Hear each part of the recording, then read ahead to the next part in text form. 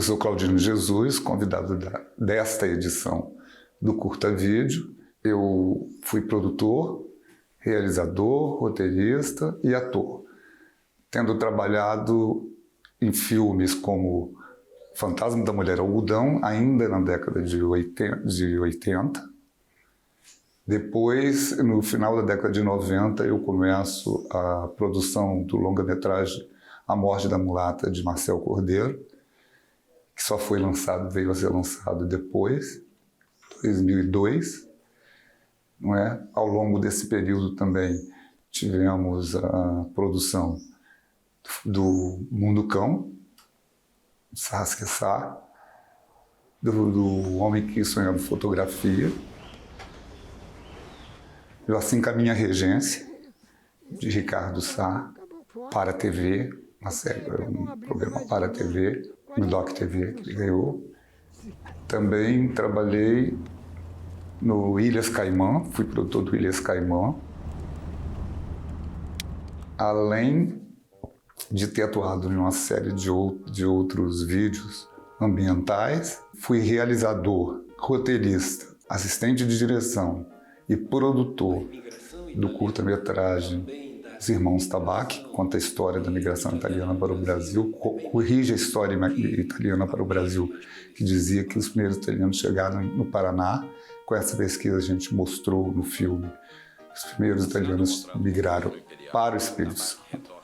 E por fim, realizei o Bahia do Espírito Santo. Minha vida social, propriamente dita, amadureceu quando entrei na Universidade Federal do Espírito Santo, quando ainda existia ditadura, num clima bélico, em que nos restava lutar pela liberdade de expressão, pela democracia, pela anistia ampla, geral e restrita, pelo retorno das diretas já, enfim, pelo pleno Estado de Direito democrático, que ainda hoje se encontra ameaçado, infelizmente. Então, os temas que me chamam a atenção, que me atraem, são sempre temas ligados a questões sociais. A minha relação com a arte, com a cultura, porque também não falei, eu fiz teatro há muito tempo, fiz músicas, fui cantor, autor, mas são sempre temas ligados ao público, aos interesses públicos, assim como minha vida de trabalho sempre foi no serviço público. Eu sou uma pessoa do público. Então, as questões sociais, as questões ambientais, especialmente essas duas, são as que mais me atraem, ou questão de resgate histórico, documental, de importância para o Espírito Santo, para o Brasil, para o mundo. Da maior importância na minha história e também na história do cinema brasileiro foi o longa-metragem que eu fiz numa coprodução ítalo-brasileira com Marcel Cordeiro, que eu produzi. Teve um grande elenco, Teresa Raquel, Lucinda, Marcelo Pique, e vários grandes atores capixabas. Vários, não vou continuar citando nomes para poder não cometer pecados, porque foram muitos atores, muitos técnicos. Mas certamente fazer um longa-metragem primeiro e único até hoje da minha vida foi a retomada do cinema capixaba, depois do Amor Está no Ar de Almeida. E foi um filme que ganhou nos Estados Unidos 4 prêmios: melhor produção de filme estrangeiro, melhor ator, melhor atriz e melhor direção. E é um filme que trata de todas as questões sociopolítico-ambientais do mundo. Eu costumava falar com o Marcel que eu faria 10 curtas-metragens, um por cada tema. Ele disse: nada, é tudo interligado no mesmo mundo.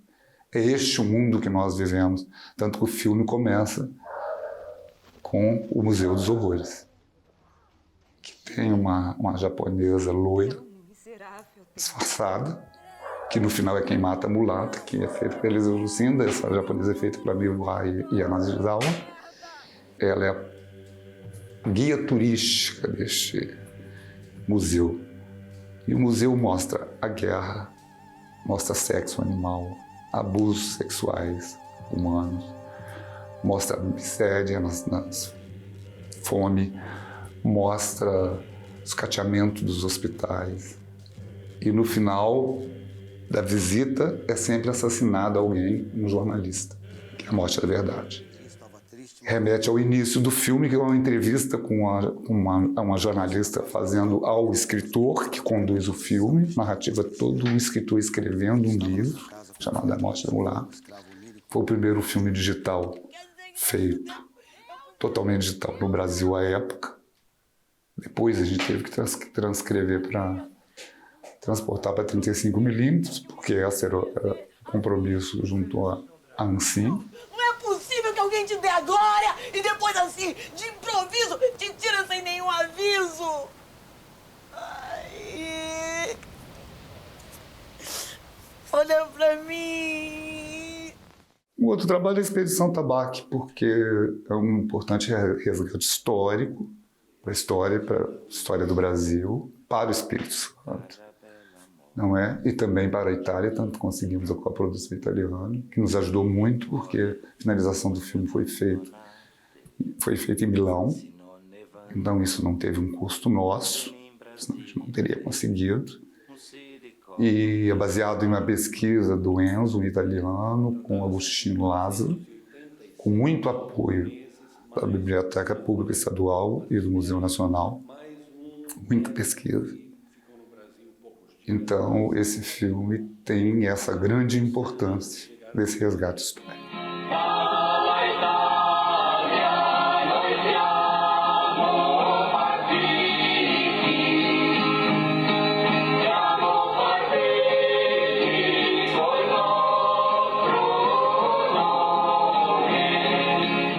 Olhar Canela Verde, porque há quem diga que a Baía de Vitória, há quem diga que a Baía é de Vila Velha. No entanto, a Baía chama-se Baía do Espírito Santo. Ela banha Vitória, Vila Velha. A Baía Noroeste banha a Serra e banha Cariacica. Então, eu tenho um projeto de um longa-metragem que vai incorporar este Canela Verde, os outros olhares sobre a Bahia. Por que surgiu o primeiro Canela Verde? Primeiro, porque eu sou Canela Verde. Segundo, porque eu tinha um trabalho de educação ambiental muito forte em São Torquato, junto com a Roberta Fassarella na VR Produções. E uma das coisas que a gente mais ouvia, o apartheid que foi feito deles, daquela região toda da Bahia, e inclusive do acesso à Bahia.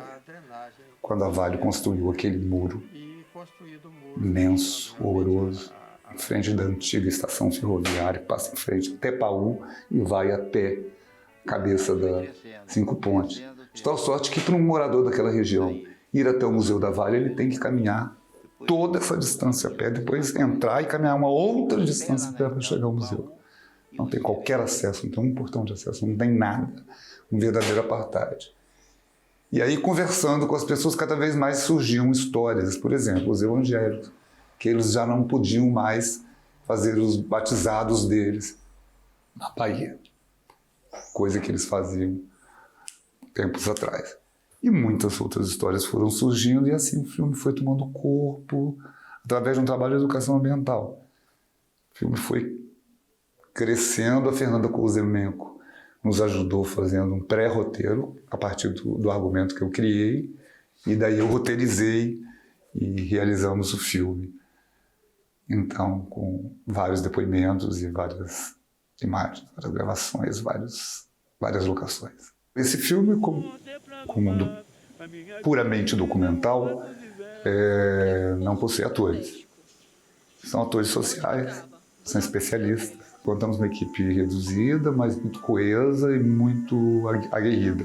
Principalmente Ricardo Sá, que trabalhou comigo como assistente de direção, trabalhou comigo na montagem, na finalização, e também foi o meu diretor de fotografia, que é um excelente, que aliás é um excelente profissional do audiovisual. Na área documental não se discute, não é? E além de nós, trabalharam a Bianca Sperandio, que trabalhou na finalização, e a Saskia Sá e a Mônica Nites. O nosso filme tem som original, do Greco, muito bom, muito adequado. Então foi uma equipe pequena, mas que deu conta do recado. O filme começou a ser feito em 2010, mas nós só conseguimos concretizar em 2012, apesar de ser um curtinha. E só concretizamos com o apoio da Lei Municipal de Cultura de Vila Velha. Então, vamos rodar o filme?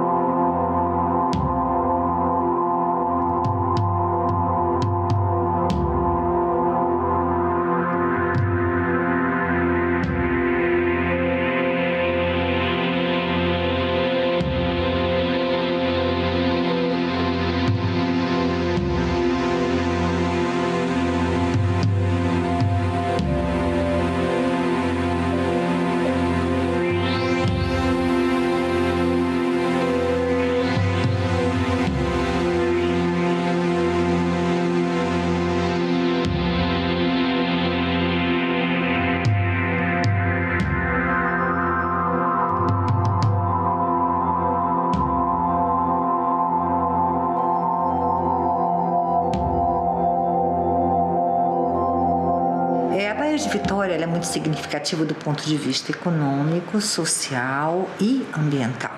Por causa da economia do Espírito Santo voltada para o comércio exterior, ela tem um grande apelo econômico, né? Mas esse apelo econômico, ele foi traduzido numa degradação muito grande das áreas de manguezal e das áreas dos ecossistemas que circundam a Bahia.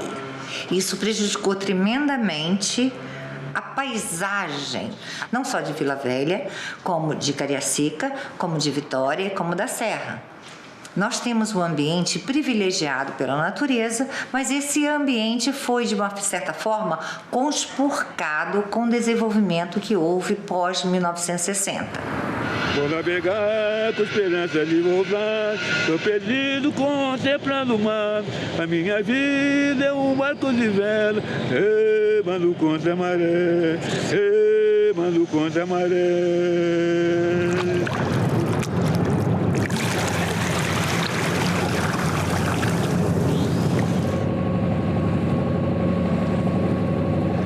Antigamente era muito diferente do que é agora, muito mesmo, né?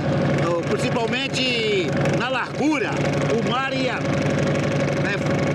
bem mais longe. Hoje muitas áreas foram aterradas, né, para as construções, então a Bahia se tornou, né, muito estreita hoje, né?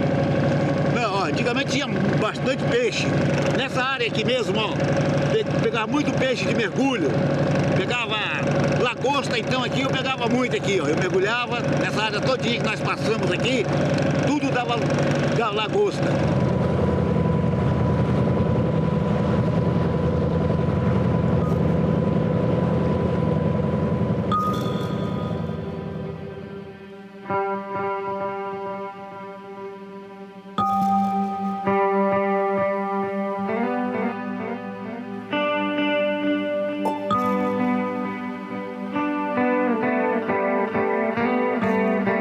Você via uma água cristalina, uma água azul, entendendo? Os botos saíam, vinham visitar a Bahia. Nós tomávamos dessa água, gente. Bebia dessa água, tirava areia. Os catraeiros desciam lá de Caçaroca, cheio de cana, cheio de mandioca, para entregar no mercado.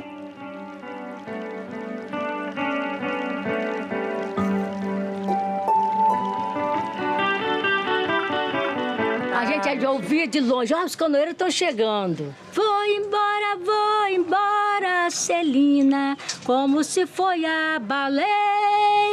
Tenho pena de deixar, Celina, meu amor em terra alheia. Aí chegava aí, encostava a canoa e ia beber mais uma pinga. Isso aí era tudo aberto. Aquilo ali eu tinha 6, 7 anos, 8 anos. Ali eu fui crescer na beira da maré. E nós tínhamos aquela satisfação, aquela alegria, sabe? De que é que pegar ponga num trem. Que é o garoto que hoje não pegou uma ponga num trem?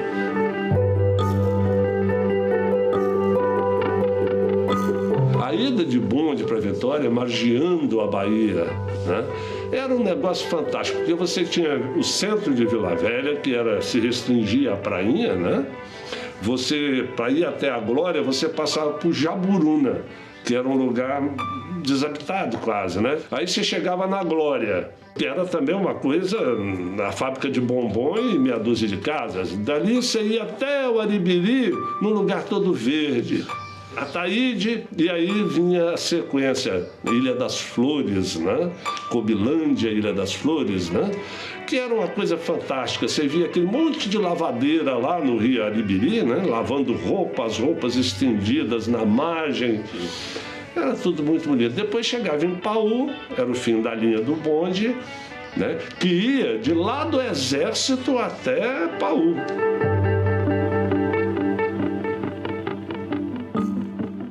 Antigamente, olha aqui o bonde circulado, que está circuladinho de vermelho, passando aqui aos pés do convento, né? Essa imagem aqui, isso aí, seria onde?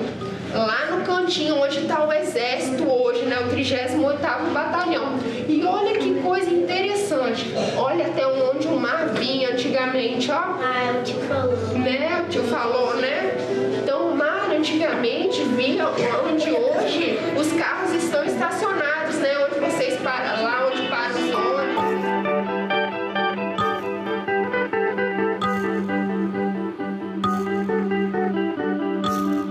E o exército era aberto.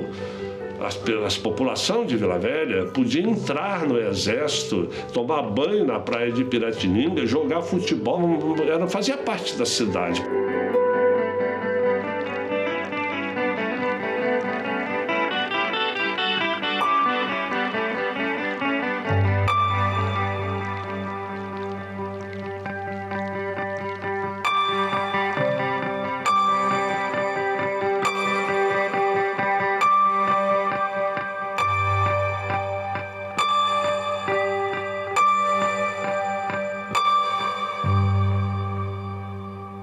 Esse quadro também retrata a prainha de Vila Velha, né? Especificamente a enseada do Meuá, onde hoje nós temos a marinha construída, e mostra aqui o próprio Homero Macena e a dona Édia, ele e a esposa, vindo da compra do peixe.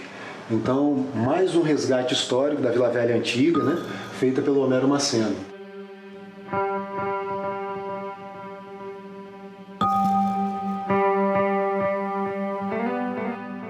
Dá uma certa nostalgia, né? A gente sente saudade, principalmente que muitas pessoas que viveram essa história, elas hoje já não existem, né? Então isso traz muita recordação e traz uma pontinha de nostalgia, uma pontinha de saudade, assim, dessas pessoas daquela época.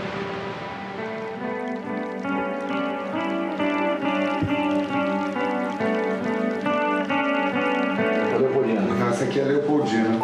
Exatamente, tá vendo? E as pessoas iam de barco até aí, ó, pra pegar. Eu acho que isso foi por volta da década de 40. Que o pessoal ia pegar o trem da Leopoldina. Vinha pra aqui, vinha de Catraia até aqui pra poder pegar o trem. É, de Catraia.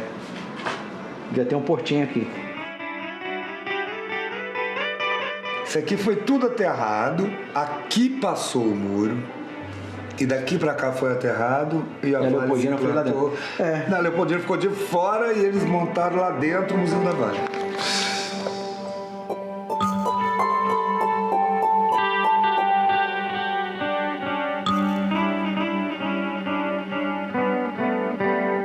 Esse Muro da Vale foi construído entre os anos 55, 54, 55, por aí.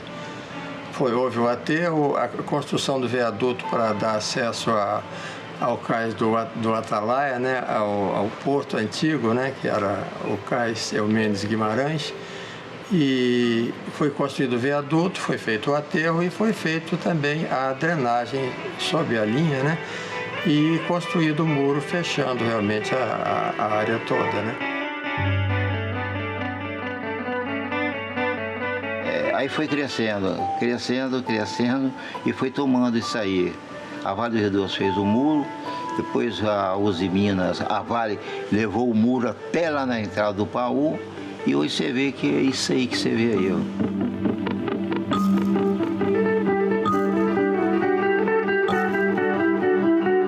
Que o muro cria um impacto visual como fosse uma penitenciária de segurança máxima.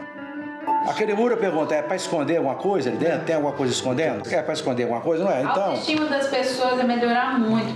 Geograficamente, elas tinham a parte bonita, né, do bairro, bela, com paisagem natural, e a outra que foi crescendo desordenadamente. Eles separaram, vocês ficam a parte feia e a parte bonita do bairro foi segregada. Eu moro em Paú há 40 e poucos anos. Você imagina que as pessoas, se eu quero sair à noite, não me levam em casa porque tem medo daquele muro. Você acredita nisso?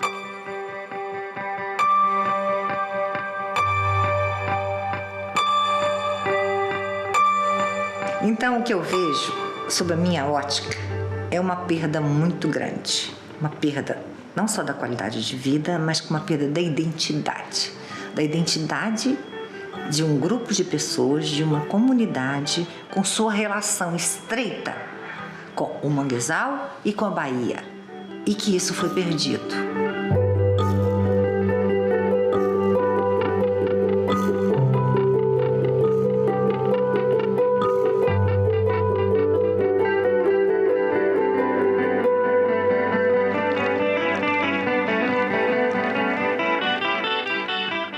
A Vale se instalou aqui, a Vale do Rio Doce se instalou aqui na década de 40, ela buscou o quê? Um porto estratégico. Onde ficava? Do lado de Vila Velha. Então, a urbanização e a industrialização do Espírito Santo também parte desse mesmo ponto. O mesmo ponto que Vasco Fernandes Coutinho escolheu, que os fazendeiros de café escolheram, ele também é usado como ponto de partida para a industrialização. Então, sempre vai haver essa dinâmica entre o que nós temos hoje com o que nós tivemos, e o elo de ligação é sempre essa Bahia.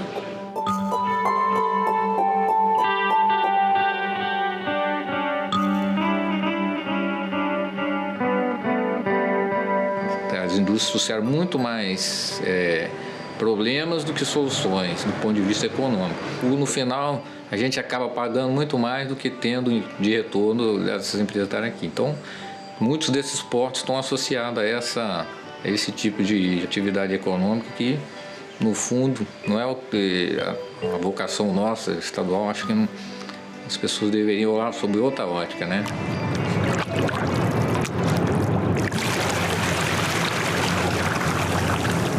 Vou navegar com esperança de voltar.